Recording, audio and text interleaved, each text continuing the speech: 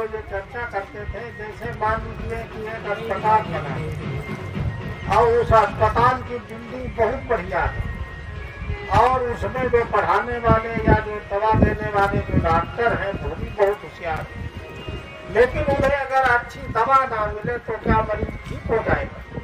भाई अस्पताल के भवन बहुत बढ़िया है, डॉक्टर बहुत बढ़िया है, लेकिन जो उन्हें दवा दी जा रही है वो अच्छी नहीं है, तो मरीज ठीक नहीं हो पाएगा। तो डॉक्टर भी बढ़िया हो, भवन भी बढ़िया हो और साथ में दवा भी क्वालिटी की हो, तभी मरीज ठीक होगा। तो हम लोगों को प्रयास ये करना है कि वहाँ जो शिक्षा व्यवस्था भी बदले, क्योंकि शिक्षा व्यवस्था के मान लीजिए हमारे गुरुकुल है तो गुरुकुल में अच्छे व्यवस्था हो, उनका पाठ्यक्रम बढ़िया हो और पाठ्यक्रम बढ़िया होने के साथ साथ में जो उन्हें पढ़ाया जा रहा है वो भी गुणवत्तापूर्ण हो, तब जो बच्चा वहां से पढ़ करके निकलेगा वो योग्य बनेगा।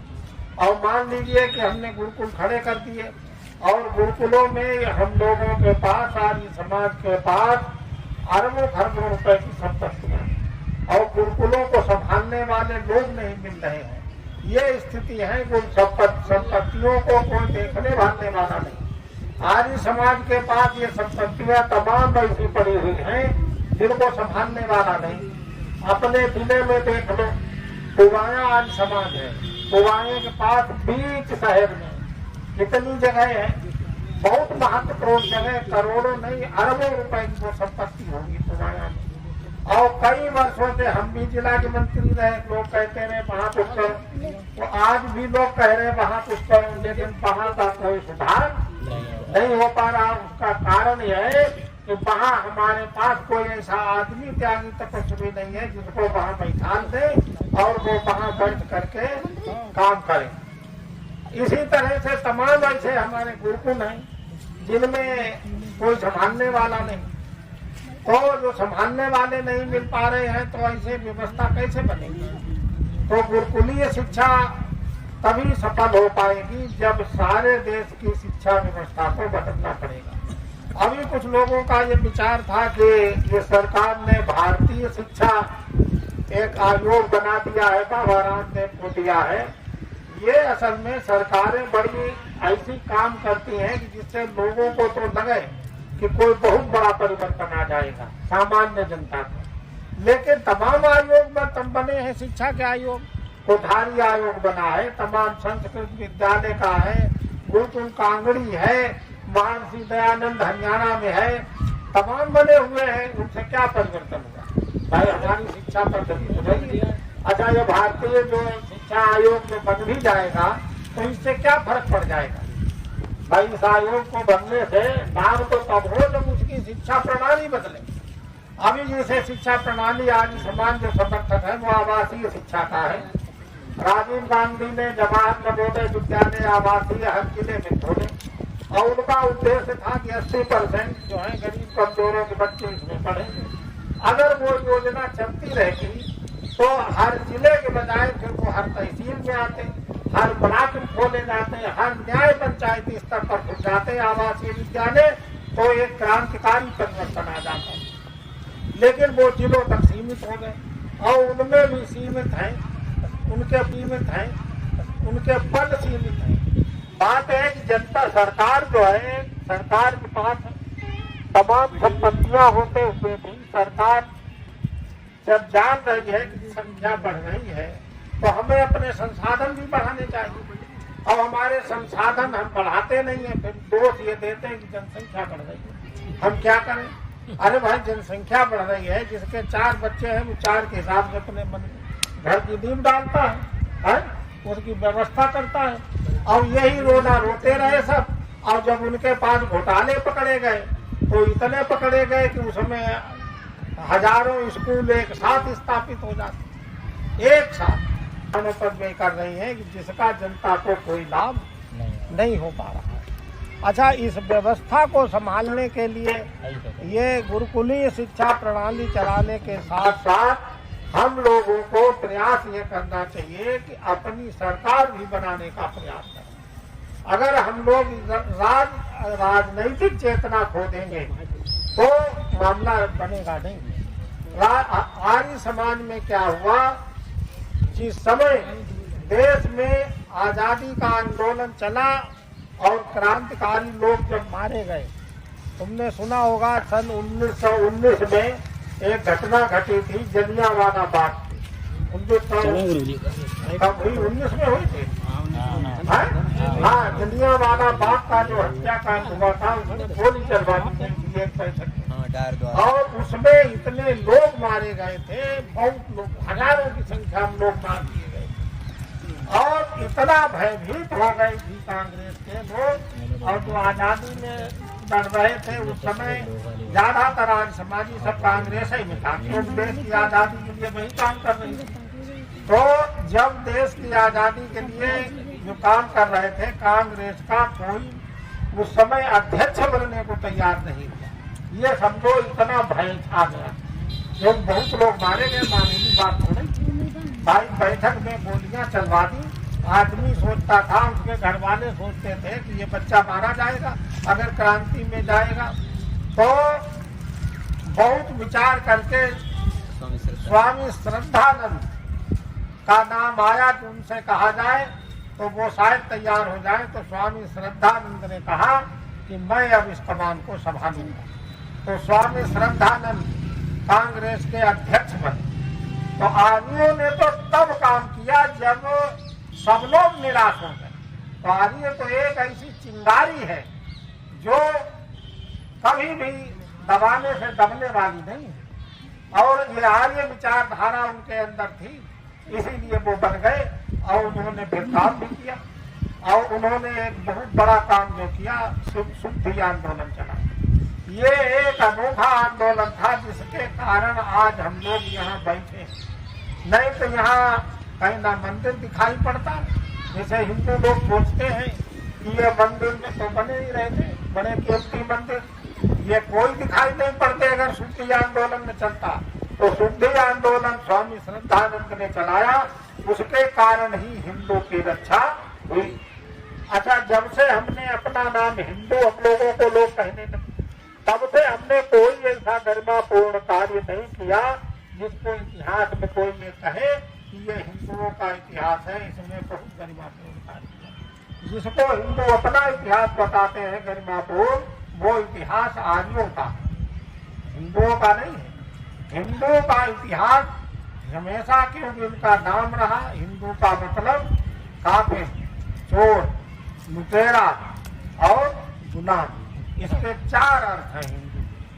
और वैसी इनकी मनोवृत्ति भी बनती चली गई, वैसी ही मनोवृत्ति भी बनती चली गई। और जब आज समाज की स्थापना हुई तब देश में समझ लो स्वतंत्रता का बीजारोपण था। महर्षि स्वामी दयानंद ऐसे व्यक्ति थे इस भारत के अंदर जिसने स्वराज्य शब्द का पहले बार इस्तेमाल किया। स्वराज्य शब्द कोई नहीं, सुराज्य शब्द को प्रयोग होता था। राज्य कैसा हो, सुराज्य हो, सु माने अच्छा राज्य, लेकिन हो चाहे अंग्रेजों का, चाहे मुसलमानों का, चाहे इसका, लेकिन स्वराज्य यानी हमारा अपना राज्य स्थापित हो, इस पर किसी की सोच नहीं थी। ये स्वामी दयानंद ने पहले कहा स्वराज्य की स्थापना होनी चाहिए, विदेशी राज्य कितना भी बढ़िया हो लेकिन स्वदेशी राज्य जैसा नहीं हो सकता। पुनर्जागरण काल के जितने भी समाज सुधारक थे उनमें श्रीमती एनी बेसेंट, उन्होंने थियोसॉफिकल सोसाइटी की स्थापना की थी। राजा राम मोहन राय जिन्होंने ब्रह्म समाज की स्थापना की थी और हाँ प्रार्थना समाज नाम इनका था।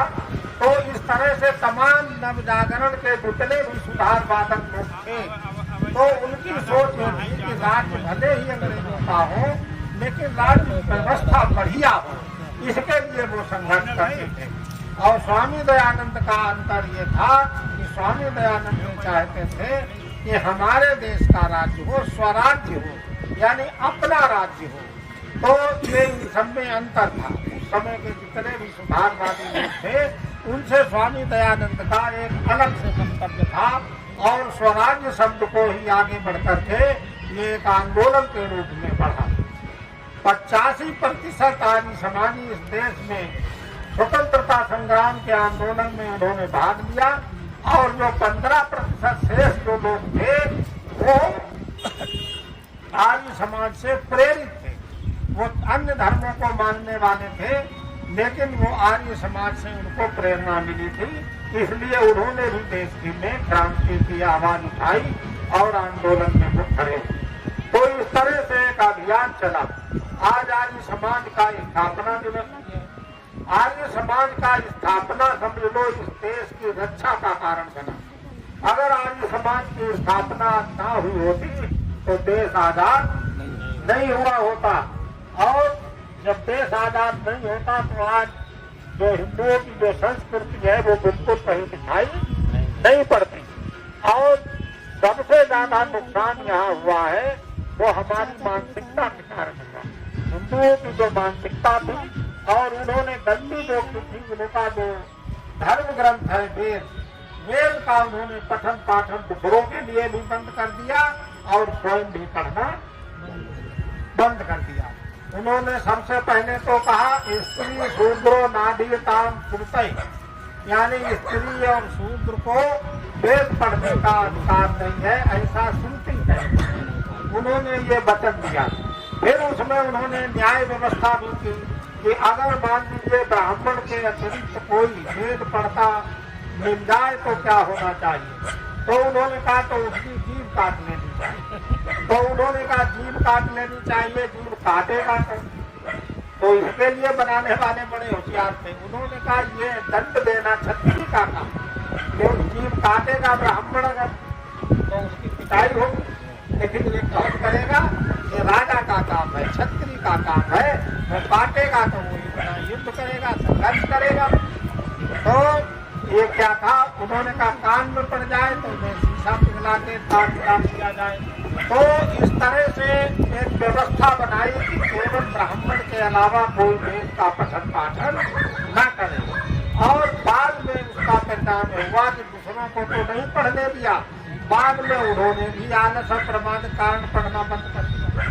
जब पढ़ना बंद हो गया तो भारत की जनता सबसे ज्यादा अनपढ़ हो गई और जब यहाँ शिक्षा व्यवस्था कोई रही नहीं, पढ़ने के अधिकार लोगों के खत्म हो गए तो लोगों की मानसिकता बन गई कि पढ़ना लिखना हमारे हाथ में नहीं है। अगर हम पढ़ना लिखना होता तो हम वहाँ पैदा होते, हमें परमात्मा वहाँ पैदा करता जहाँ पढ़ने का अधिकार है, हमारे भाग्य में ही नहीं है। और भाग्यवाद लोगों के दिमाग में आ गया और उन्होंने पढ़ना लिखना जो था वो नहीं पढ़ पाए। अच्छा एक बार देखो इतिहास की ओर निगाह डालो। ज्योतिबा फुले हुए सुना है उनका नाम, सावित्री बाई फुले हुई, उन्होंने स्कूल खोला। अच्छा कौन सा बुरा काम कर रहे थे, उस स्कूल खोलने में उन्हें बहुत उनको कठिनाई उठानी पड़ी। उन्हें लोगों ने इतना तंग किया, घर से निकलवा दिया और जाके किराए पर रहने लगे। वहाँ उन्होंने स्कूल खोला तो वहाँ उनके ऊपर कीचड़ फेंकते थे सावित्री बाई फुले। तो ये इतना बड़ा चाहते नहीं थे कि कोई पढ़े। और ये सावित्री बाई फुले का ही नहीं, इसके बाद राजा राम मोहन राय ने कलकत्ता में स्कूल खोला बंगाल में। तो उन्होंने जब स्कूल खोला उन्होंने कहा यहाँ के लोग पढ़े लिखे आगे बढ़े। तो उनका विरोध हुआ कि ये पढ़े लिखेंगे तो सब ईसाई बन जाएंगे और बहुत बड़ा विरोध हुआ, वहाँ पढ़ने नहीं जाने देते थे। और जो वहाँ लड़का पढ़ता था उनके बच्चों कहते तो सब बेधर्म हो गए। तो ये चला। स्वामी दयानंद जब आए उन्होंने लड़कियों के लिए शिक्षा की व्यवस्था की, बालिकाओं के स्कूल उन्होंने खोले, तब भी ये समस्या आई। तब ये लोग कहते थे कि ये तो लड़कियों को पढ़ा रहे हैं, ये लड़कियां जब पढ़ेंगी तो इन्हें कोई पढ़ने का अधिकार नहीं। और आज ये बात हम तो कह रहे हैं इतिहास के आधार पर, ठीक है, लेकिन इनका प्रैक्टिकल ही देख लो। किसी भी ब्राह्मण की गुरुकुल ने कन्या गुरुकुल नहीं खोला। आज इतने संसार में जितने पौराणिक गुरुकुल हैं उनको देख लो, उनमें कोई भी बालिकाओं का गुरुकुल नहीं है। आज समाज में केवल बालिकाओं के गुरुकुल खोले। अच्छा उन्होंने बालिकाओं का क्यों नहीं खोला, उनके विचार में बालिकाएं पढ़ने की अधिकारी नहीं है। और अब भी वो तुलसीदास कहते हैं अवगुण 8 सदा उनका, महिलाओं के 8 अवगुण हमेशा रहे, कहते कि नहीं है? तो ये एक हमारे यहाँ की मानसिकता बन गई थी। और अच्छा, जब महिलाओं को पढ़ने का अधिकार मिला तो पाकिस्तान में भी बेनजीर भुट्टो प्रधानमंत्री बन गई, अपने यहाँ इंदिरा गांधी जी लग गई, वो तो विधवा भी थी, जब यहाँ विधवा का इतना खराब माना जाता था। और बांग्लादेश, बंगाल में कौन है? ममता। हाँ, शेख हसीना। हाँ, तो अच्छा, लंका में भी प्रधानमंत्री बनी। तो ये महिलाओं को जब पढ़ने का अधिकार मिला, ये सोच कहाँ से पैदा हुई? ये सोच आज समाज से पैदा हुई। ये स्वामी दयानंद ने कहा कि नहीं, इनको भी पढ़ने का अधिकार है, तो ये अधिकार दिलाने का काम आज समाज ने किया। और उन्होंने जन्मजात किया। उन्होंने कहा कि जन्म के आधार पर कोई नहीं है, क्योंकि जन्म किसी के हाथ में नहीं है। कौन कहाँ पैदा हो जाएगा, उसमें अब उसका क्या योगदान है? कुछ भी नहीं। अब जहाँ भी वो जन्म हुआ उसके आधार पर जो उन्हें ऊंचा नीचा मानते हैं, ये सबसे गलत बात है। तो स्वामी दयानंद पहले व्यक्ति थे जिन्होंने कहा कि ये जन्म से ऊंच नीच वाला भेदभाव ये खत्म होना चाहिए। और उन्होंने गुणकर्म से वर्ण व्यवस्था, जो एक स्वाभाविक है, जिस वर्ण व्यवस्था का बहुत लोग विरोध करते हैं, आज सबसे ज्यादा विरोध हो रहा है। वो कहते हैं कि मनु ने ये व्यवस्था कायम कर दी, ये ब्राह्मणों ने कर दी, ये सब सारे दांव पे लगा के सब लोग कहते हैं, और ये विरोध तैयार हो रहा है। लेकिन अगर विचार किया जाए कि जो वर्ण व्यवस्था गुणकर्म स्वभाव से है, वो आज भी चल रही है। अब देखो, जो डीएम है, एसपी है, जो उच्च स्तर के अधिकारी हैं, वो प्रथम श्रेणी के माने जाते हैं। यही पहले व्यवस्था थी। जो बुद्धिजीवी होते थे, विद्वान होते थे, उनको ब्राह्मण संज्ञा दी जाती। अगर जो दूसरे नंबर पर जो रक्षा का काम करते थे, वो क्षत्रिय कहे जाते थे। और तृतीय श्रेणी में आते थे, चतुर्थ में जो कुछ भी नहीं कर पाते थे, केवल सेवा का काम करते थे, वो चतुर्थ श्रेणी में आते थे, जिनको शूद्र कहते थे। अच्छा, राजा मनु क्या थे? मनु राजा थे। तो मनु ने एक व्यवस्था स्थापित की अपना राज्य संचालन करने की। उन्होंने कोई ऐसा थोड़ी व्यवस्था की तुम ब्राह्मण बन जाओ, तुम क्षत्रिय बन जाओ। उन्होंने अपने राज्य, जब राजा राज्य स्थापित करता है, तो उसमें जो उनकी सेवा करने वाले जो कर्मचारी होते हैं, उनका एक वर्ग बनाते हैं। जैसे आजकल भी है, प्रथम श्रेणी के कर्मचारी, द्वितीय श्रेणी के, तृतीय श्रेणी के, चतुर्थ श्रेणी के कर्मचारी।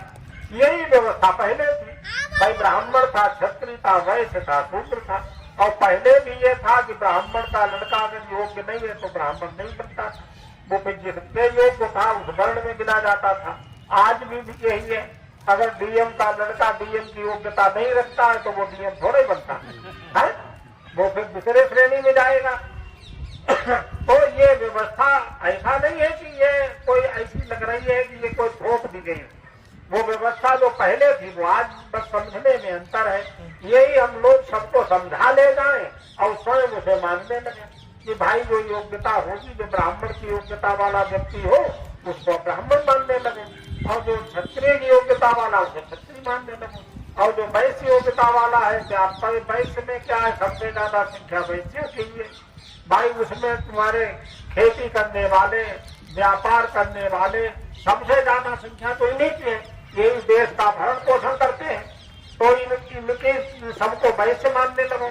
अच्छा, जो फिर शूद्र तो बहुत कम रह जाते हैं भाई, जो अपनी बुद्धि विवेक से कुछ भी न कर पाए, केवल उसे आदेश दिया जाए, उसके आधार पर वो काम करे, अपने बुद्धि विवेक से न कर पाए तो भाई वह शूद्र है। तो अगर ये व्यवस्था समाज में लागू हो जाए तो इसमें कोई बुराई नहीं। अच्छा, इस व्यवस्था में किसी को रोकथाम नहीं है भाई। एक आदमी कहीं पैदा हुआ, उसे वेद पढ़ने का भी अधिकार, उसे इंजीनियरिंग लाइन में भी जाने का अधिकार, उसे सब जगह पढ़ने का अधिकार है।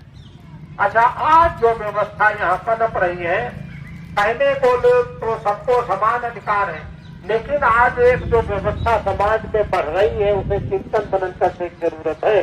वो व्यवस्था ये बनती जा रही है एक पूंजीवाद। पूंजीवाद का मतलब एक ऐसा वर्ग तैयार होता जा रहा है कि जो तमाम फीस आपकी चुका देगा, तो अपना लड़का ना भी उसके योग्य हो, क्या नाम है, डॉक्टर के, MBBS के, लेकिन उन लोगों के पास इतना पैसा है कि कहीं कहीं से वो डिग्री ला के और वो डॉक्टर बना दे।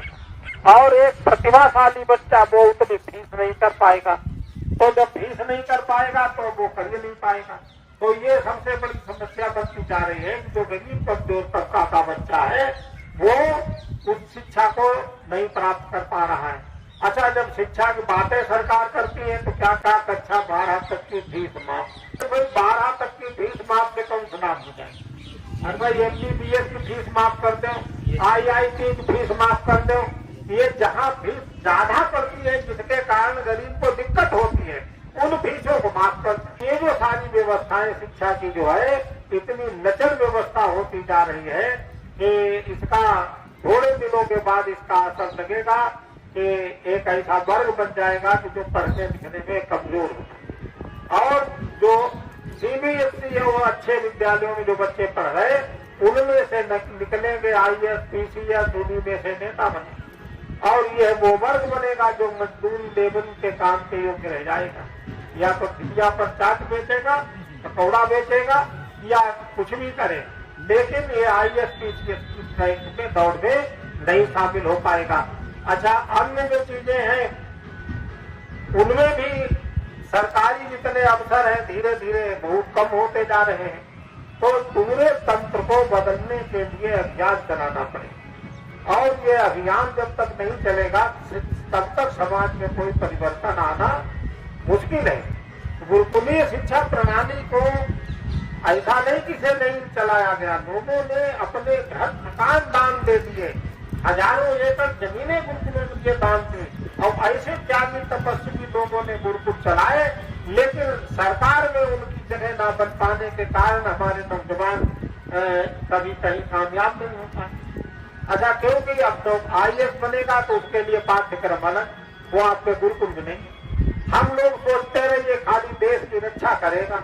देश की रक्षा का मतलब ये हुआ कि फौज में जाके तुम लड़ो सीमा पर और वो अधिकारी बने, IAS, PCS दूसरे लोग कर, भाई हमारा ही DM बने, हमारा ही अधिकारी बने, हमारा बच्चा पढ़ करके, तो ये सोच पैदा करनी पड़ेगी। अच्छा, इसके लिए शिक्षा का तंत्र बदलना पड़ेगा, शिक्षा व्यवस्था के लिए संघर्ष करना पड़ेगा।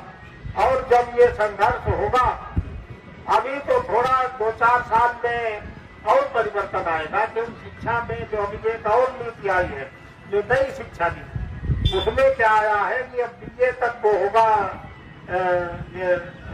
श्रेणियां दी जाएंगी, मतलब उसमें A श्रेणी, B श्रेणी, और उसमें ये जो परीक्षा का जैसा जो सिस्टम है वो नहीं रहेगा।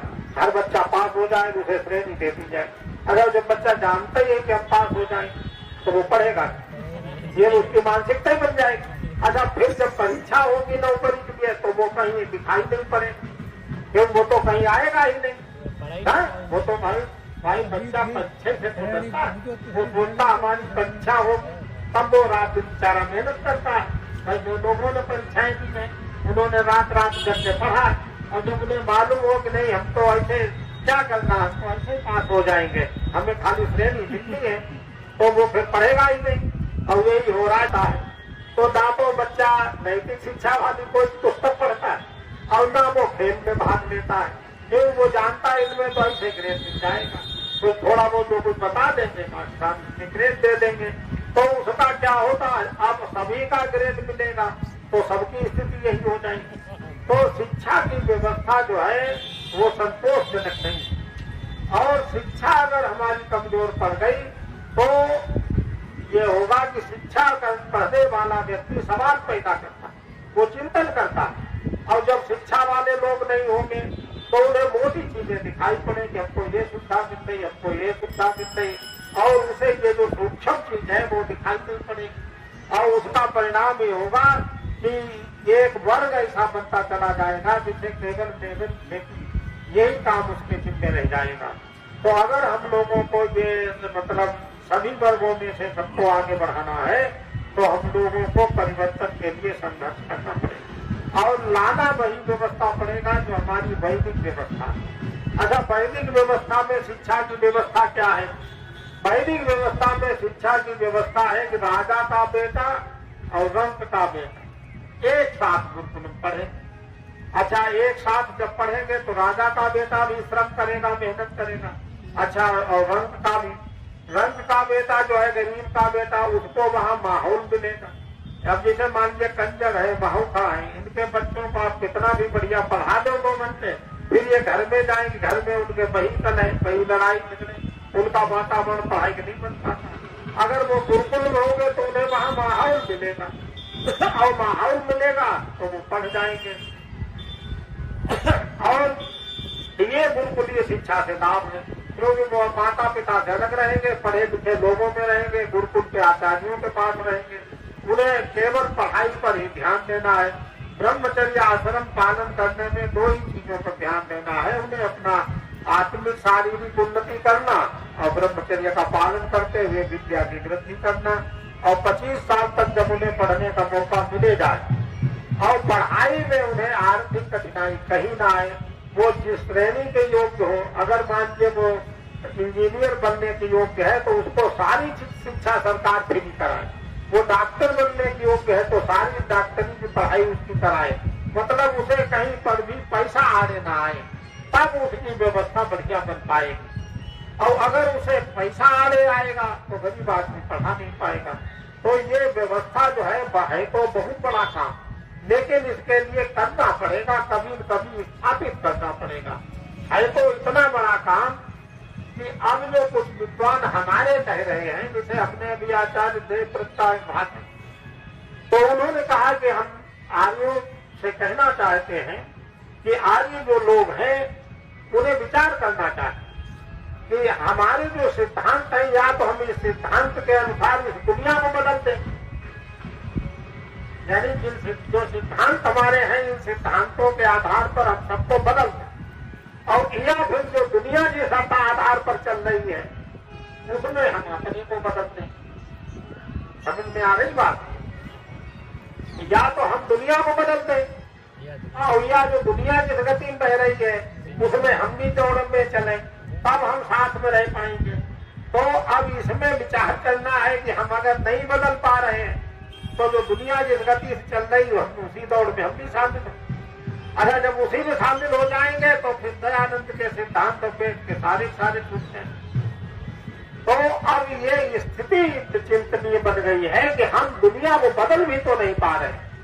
भाई, आज समाज के जहाँ गुरुकुल है, उनके ब्रह्मचारी हैं, वेद का पाठ भी हो रहा है, लेकिन वो कितने को बदल पा रहे हैं? नहीं बदल पा रहे हैं। जब दुनिया को नहीं बदल पा रहे हैं तो फिर या तो फिर जो दुनिया चल रही है उस आधार पर चल। अच्छा, कुछ चीजें ऐसी हैं कि अगर परिवर्तन समाज में हो रहे हैं तो उन परिवर्तनों को भी कुछ शामिल करना चाहिए, क्योंकि हम लोग रूढ़िवादी तो है नहीं कि नहीं, ऐसे ही नहीं। जैसे हमने देखा पहले चाय का विरोध होता था, सभी विद्वान वक्तागण चाय का विरोध करते रहे, लेकिन बाद में चाय चल गई और रुकी नहीं और समाज में भी आ गई। अच्छा, पैंट शर्ट का विरोध करते रहे, लेकिन जो विरोध करने वाले थे उनके परिवारों में भी आ गई, धीरे धीरे वो भी नहीं। तो अब ये बात विचार करनी है जिनका हम लोग विरोध ही कर रहे थे और वो चीजें बढ़ती रही आगे, हम लोग विरोध ही करते रहे। तो उसमें ये भी सोचना चाहिए कि जैसे जो चीज सुविधाजनक है, जो हमें सही आसानी से सुविधाजनक है, तो उसको हमें स्वीकार कर लेना चाहिए। भाई, आज समस्या इस बात की है, आप रेलगाड़ी चलो, मोटरसाइकिल चलाओ, साइकिल चलाओ, तो पैंट शर्ट तुम्हें सुविधाजनक लगेगी। अब धोती कुर्ता समेटने में दिक्कत है, लेकिन हवन यज्ञ पर धोती कुर्ता बैठने में आसानी देता है, तो वहाँ पैंट नहीं। तो इस तरह से इन चीजों को भी जो समाज में जो परिवर्तन हो रहा है, तो उन्हें सुविधा के अनुसार अपना लेना चाहिए। तो ये तमाम बिंदु हम लोगों के सामने हैं।